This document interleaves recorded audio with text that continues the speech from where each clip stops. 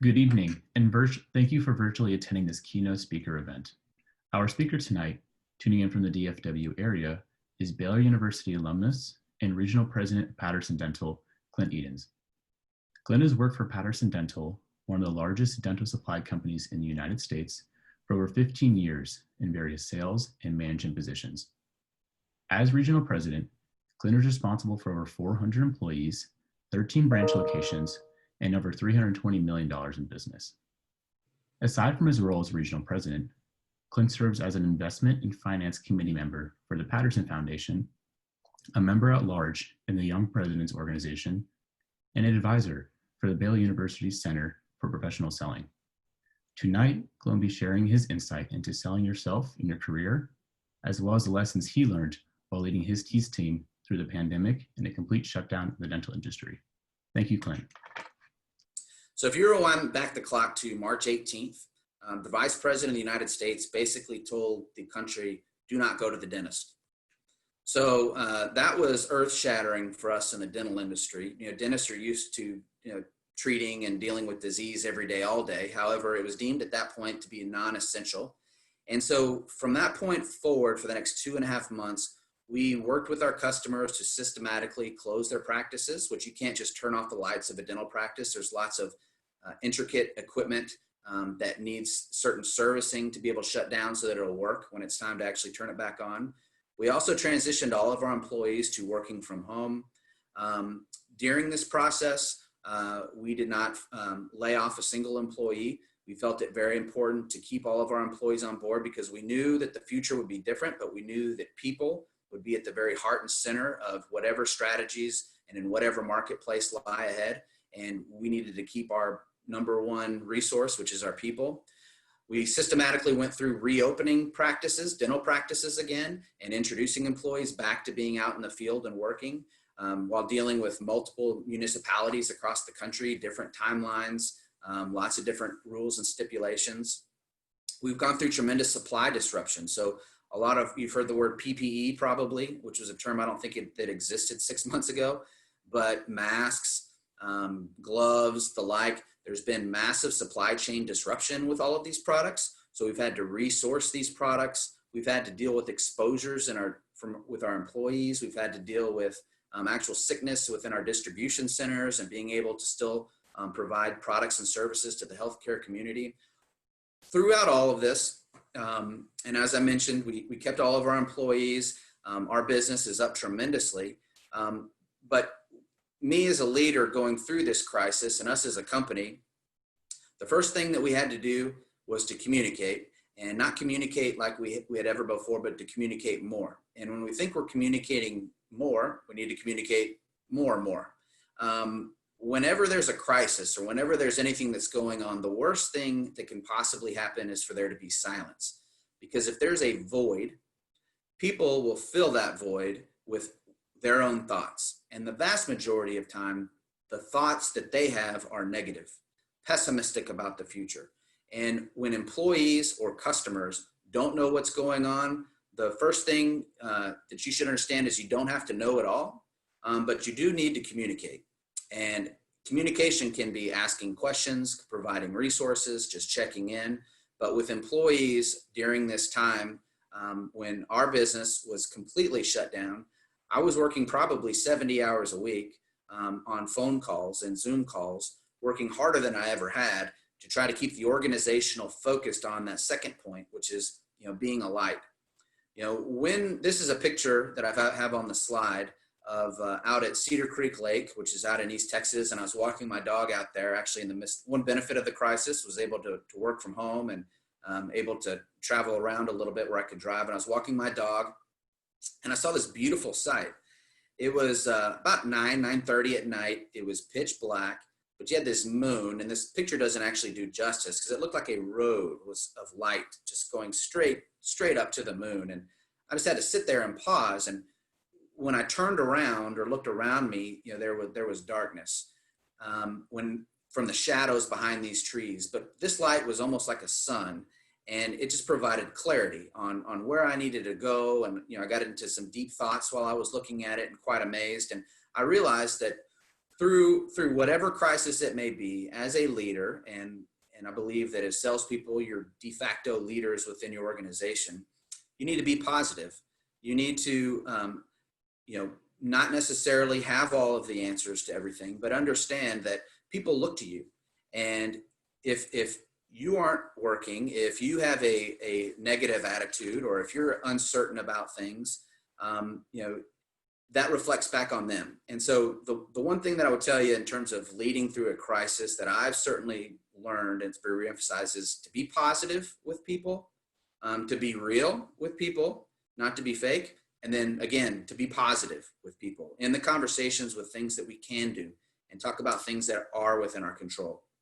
The third thing is to have a purpose, especially when there is disarray, no matter whether it is a disease state, there's personal turmoil going on, there's customer confusion, we lose a bid for a major project that we thought was going to happen regardless. You must always reflect back to what is your overall and overarching purpose. Where are we going and why are we going that way? And if you don't have an answer to that, then make that a priority and either ask your manager, or most effective is look internal and determine what your purpose is in that situation or overall, and then take a couple steps back and then refocus your priorities and move forward from there.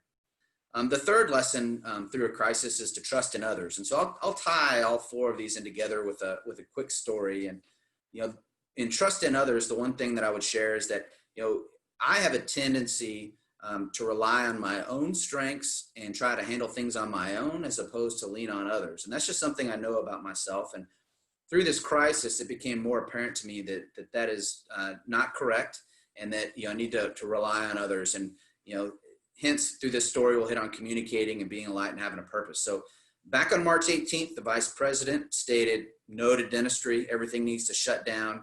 All the local municipalities, most all the dental practices across the country shut down. On March 24th, which was about a week later, I held a call with my general managers, because I knew deep down, I felt that this was an opportunity for us to transform our company, to transform our value that we bring to customers. The time was not to sit back and get caught up on Netflix. When there was this utter distraction, what everybody else was doing was not what we needed to be doing. We needed to focus on how we could do better during this time. So I hosted a strategic planning process to where I sourced ideas from all aspects of the organization, had the general managers, who are the managers that report to me, present back to me their ideas in terms of if the immediate future could be different, what are the things or strategies that we would attempt to do, and how could we accomplish these things? So from that, I got an unbelievable assortment of ideas. Now, I had my own ideas to start with. These ideas that everybody came up were far and away better than any idea that I came up with. I then partnered with one of my peers, a regional president in the Southeast who lives in Raleigh, North Carolina. His 13 managers, we got a call together and we pitched all of these ideas. We paired them up and had them represent with new influencers and new ideas. And we got an even better outcome in terms of ideas. My partner and I took those ideas, partnered with our corporate office, which is something we haven't done before, and started to really force these initiatives through the organization. So where am I heading with this? Because of COVID and because of the work stoppage, at Patterson Dental, we now have a virtual tech service department. So our customer can go to our website, and almost like YouTube for anything that may break within a dental practice, they have a Patterson blue shirt individual walking through on video in 2-minute video clips how they can fix that equipment themselves. And if it doesn't work, give us a call and we'll be out there to help them. Because of going through all this, we now have an inside sales aspect of our business where we had inside customer service representatives, but they didn't call the customers. And now we are transitioning them to call out to customers to help our new sales reps gain relationships and gain tractions in customers' practices sooner. We also are launching here in the next month or two a virtual event portal to where we can host any number of customers that we need to based on locality. So in Houston, in New Jersey, in Kansas City, each of them can host their own virtual events with top-notch key opinion leaders and engage one-on-one with them and walk them through a virtual trade show, walk them through clinical education, and even walk them through the beginning stages of the sales cycle. We also are going through large cost increasing cash flow initiatives. I'll spare you the details on all of those, but that was the outcome of this.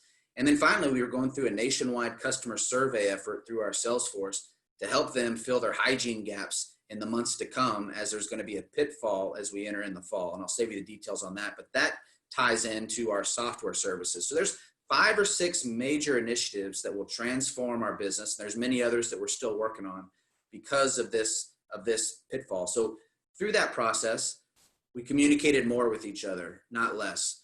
We had a positive. We didn't focus on what we couldn't do. We focused on what we could do. What were some new and novel ideas? They didn't have to be earth-shattering.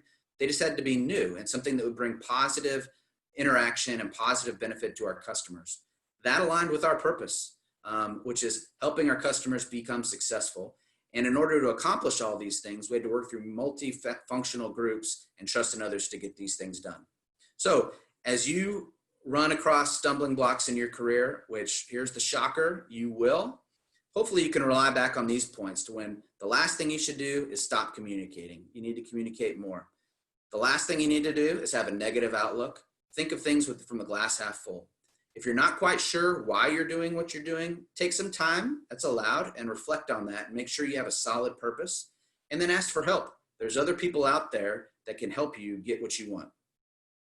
So Matt, I want to thank everybody, and hopefully that was helpful and applicable. Again, I could go on for days on all those things, but open it up to see if you guys have any questions. You said you'd give us a few pearls of wisdom, and I feel like you gave us more than I could even count. I think definitely one of the most important things I think me as a student and other of my peers need to consider as well is when looking for a career, what you said is you're looking to like build a skill set. You're trying to see what skills are you trying to acquire and what jobs can fit that instead of where do you really fit. So it's kind of your own journey and your path. And especially during this turbulent time, I know those four kind of points to keep communicating, to be a light, have a purpose, and to trust in others. I think we can all find a way to kind of plug that into our life in some other way, whether it's in leadership, in the classroom, or right at home. But yes, we do have tons of user questions out here too for you. So the first one for you is, what are some ways that Patterson Dental is made their businesses better equipped for possible economic disaster in the future? Well, I would say one is we went through a software transition with the company, it was 3 years ago, and that was the largest undertaking we ever went through. So if you can, from a very minor standpoint, if you can imagine going from, let's see, using Microsoft Excel and PowerPoint and all those tools to completely scrapping those, and then the next day having to use something else. On top of that, you're using a different operating system. On top of that, every way that you do your job completely fundamentally changed, and you just had to pick that up the next day. That's what we went through. However, what that did, that was a over $200 million investment in the company, is it gave all of our systems cloud access. So if you rewind back to COVID and we had to have everyone work from home, it ended up not being too terrible of an issue because we went through that major pain. But we did go through change. It caused our organization to slow down in a tremendous way. The salespeople had to relearn their jobs and how to put together proposals. But that's one thing. The other thing is trusting in people. We pay, our number one expense as an organization is our sales force. Our sales force is paid commission. So they make when we're making money and they decrease when we're not. And when we're not, that evens out our expense structure, which makes us more viable. And then what do we have? We have a bunch of hungry individuals who want to do right by customers and not only help themselves grow, but vicariously help the organization grow. So I tell you, that nimbleness is something that will help propel us as we move forward as well. No, I can definitely see the difficulties having just a completely sales force when there's no sales going on too. So I'm glad that Patterson was able to find a way to digitalize things and make things work during this time as well. Another question from a student was, how important was shaping your own brand as a young professional, and what were some steps that you took to put that into place? One thing I learned when I started the scientific staffing was never to act like I am something that I'm not. I tried that a couple times, tried to act like I knew more than I did, and that only came back to bite me. So when I got into the dental industry, I realized I'm not a clinician. I don't know how a dentist diagnoses or do those things. So what did I know? I knew business. At least I knew business more than the dentist perhaps did, just through taking different classes. So I branded myself as I started my sales journey within dental as the dental business guy. Not that term exactly, but I would go in and my questions, the solutions that I would try to provide were geared towards business. And again, I wasn't trying to be something that I wasn't. At the same time, there was still plenty of room for me to grow. I needed to learn the dental business. And so that presented more challenges for me and opportunity for me to learn, but just keeping it within myself to where I was comfortable, yet within that framework being enough opportunity for me to continue to stretch myself and bring value to clients really helped me out. And it's still that way. If I'm mentoring someone within our organization, I always lean back to the business side, and then I'll share, that was me, and you don't have to be me. You need to find you. And so how do you brand yourself given the opportunity that lays in front of you, and be true to that as you go through your career? No, yeah, I think especially pointing back to expanding your skill set, as you mentioned, talked about in your talk as well, being able to kind of reach out and expand a couple of different things, but also stay close to home is definitely really valuable. And especially for students, finding out your purpose and kind of where your skill set lies and where your interests are is kind of good to give you some clarity going forward. I guess on the same point as well, there's obviously a vast number of students in different majors watching this as well. What are two selling skills or things that students can work on in different majors? Maybe they're in the like some kind of like science or pre-med major or communications. What are like two generally applicable selling skills that you think that students can work on in undergraduate that would help them propel their career in whatever field they're in? Yeah. So if you're in a degree path where you don't think of yourself as sales really applying, I would certainly challenge that, and it goes back to that image that I just shared of a bridge. Let's just say if you're planning to be a professor one day, you are here and you want to get here, and there are thoughts and ideas that will help you work your ranks through the politics of academia, through the different departments, through all the different challenges that may come and go. And so the skills that will help that individual, or someone who is in engineering, or someone that is in accounting, or anything else, I'd say number one is being inquisitive and being formal in being inquisitive. Take time to think about what you know and what you don't know, and try to identify gaps in that knowledge. And then you can force rank those gaps. Which are the most important that you need to know to accomplish whatever it is that you want to accomplish? So being formal in your questioning skills. If you're going to be a doctor one day, what do you do when a patient comes into your room? You diagnose them. You ask them questions. You go through a checklist of things. The same's true in sales. In any situation, you've got to go through and where am I? Where is the customer? Same is true if you're working as an engineer. Within my organization, where do I stack up, or where's the challenge, or where's the opportunity? How do I pitch this idea? Being very formal in that diagnostic aspect is really key. The second thing is sales 101, and it makes someone comfortable, but you have to ask for it. If there's something that you want in life, you have to ask. And if you don't ask, there's a lower chance that you're going to actually get it. So, I think having that structured diagnosis and questioning, and then also asking, would be the two things that everyone can apply. I definitely don't see a lot of asking in my age group too. Most people are pretty afraid to ask a simple question, even if they're at like a restaurant, or they're too embarrassed, or they don't really feel like doing so. But that is definitely something super important in a career. And as you're mentioning, selling yourself and just asking, and where could I fit in? How could I assist here? Like, how can I get to where I'm trying to go? Yeah, I think to take one step further on that, for the most part, people want to help people who ask for help. I don't mean to be redundant on the words, but if you're nervous about that, whether that's in an apartment or like your example in a restaurant, very seldom, if ever, will anyone look down on you, say, hey, do you mind helping me? I have a question about the menu. Or do you mind helping me because I'm not quite sure where I need to take this project to the next level, because I think there's some opportunity here. People want to help others, and it feels good. The negative that I've mentioned, people think of sales as being cheesy or forceful. Well, that's a bad salesperson, quite honestly. It should be a partnership, and it should be something that's mutually beneficial, but people want to help. So just ask for help. That's a great way to get the ball rolling with asking good questions. Perfect. And I guess flipping onto a career standpoint and asking as well, another question that we have from the audience is, how do you believe candidates with a shorter tenure can differentiate themselves from candidates with more experience? I'd say grit. And, a lot of new graduates have it, but I think, having the understanding of, it takes a while to get what it is that you may want. And I'll share that within just one quick example. There are a lot of salespeople and non-technical people that or non-salespeople that join our organization, and they look at success from experienced reps and think, wow, if I do what that experienced senior person does, we'll just keep it in the sales context, that senior sales rep does, then I'm going to be successful. Well, that senior sales rep's job is probably completely different than what this new job is. And so they will see some of the good that they do, but then they'll also see some of the shortcuts and then think, well, that's okay if I cut out a little early on Friday, or if I start my day out at 9. And what they don't realize is that, you only have let's just take a year.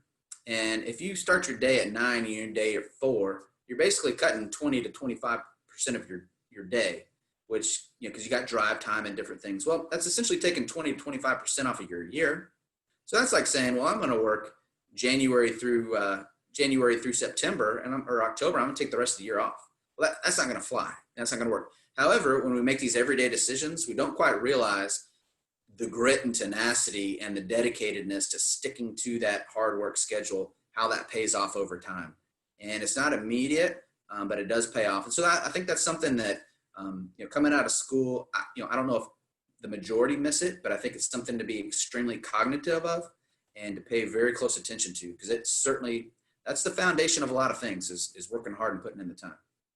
No, agreed. It's definitely a more difficult skill to develop, but I think it's, as you said, it's kind of more based off personal reflection, kind of thinking in and understanding where you want to be and kind of putting in that extra effort and not taking that 25% off as well.